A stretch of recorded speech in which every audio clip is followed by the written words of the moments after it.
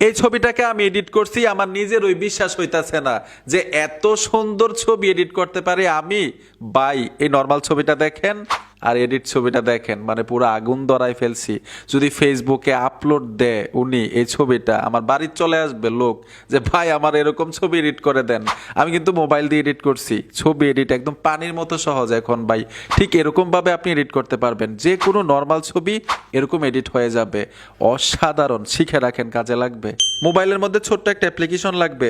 Google play স্টোরে চলে আসবেন, সার্চ বক্সে ট্যাপ দিবেন, উপরে সার্চ বক্সে চলে আসবেন, এখানে লিখতে হবে পোকে কাট। লিখে দেওয়ার সাথে সাথেই অ্যাপ্লিকেশনটা চলে আসবে, এখান থেকে ইনস্টল করে নেবেন। আপনারা লোগোটা দেখুন, এই লোগোটা দেখে এখান থেকে ইনস্টল করবেন। আমি অলরেডি ইনস্টল করেছি, ওপেনে চলে আসবেন। কিভাবে এডিট করতে হয় দেখাচ্ছি।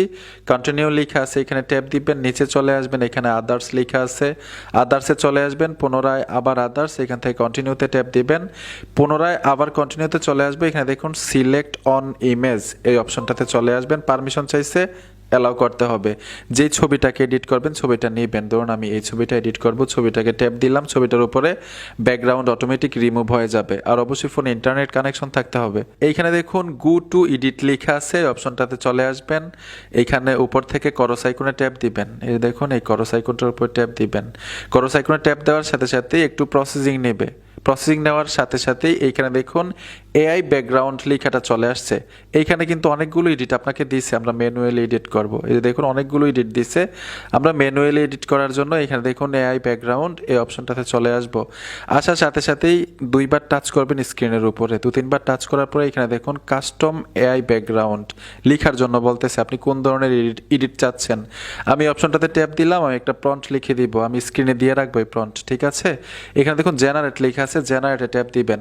এখন একটা গুগল অ্যাকাউন্ট দিয়ে অ্যাকাউন্ট করতে হবে, আমরা এই অপশনটাতে ট্যাপ দিব।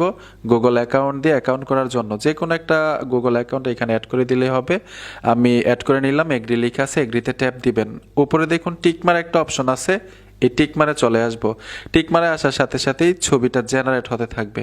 এই যে দেখুন ভাই অলরেডি ছবি কমপ্লিট, ছবিটার দিক তাকান, মানে অসাধারণ। প্রথম কি ছবি দিছিলাম আর এখন কি একটা ছবি এডিট করে দিছে অল্প সময়ের মধ্যে। এখন এই ছবিগুলো গ্যালারিতে নেওয়ার জন্য সেভ আইকনটাতে ট্যাপ দিবেন, আপনার গ্যালারিতে চলে যাবে। আর যদি ভালো না লাগে আপনি আবার ক্রিয়েট করতে পারবেন। ঠিক এরকমভাবে 10 বার দৈনিক ছবি তৈরি করতে পারবেন এই অ্যাপটা দিয়ে। আশা করি বুঝতে পেরেছেন যে কিভাবে কাজগুলো করতে হয়। ভিডিওটা দেখে যদি উপকার হয়ে থাকে অবশ্যই সাথে থাকবেন। দেখা হবে নতুন ভিডিওতে। আল্লাহ হাফেজ।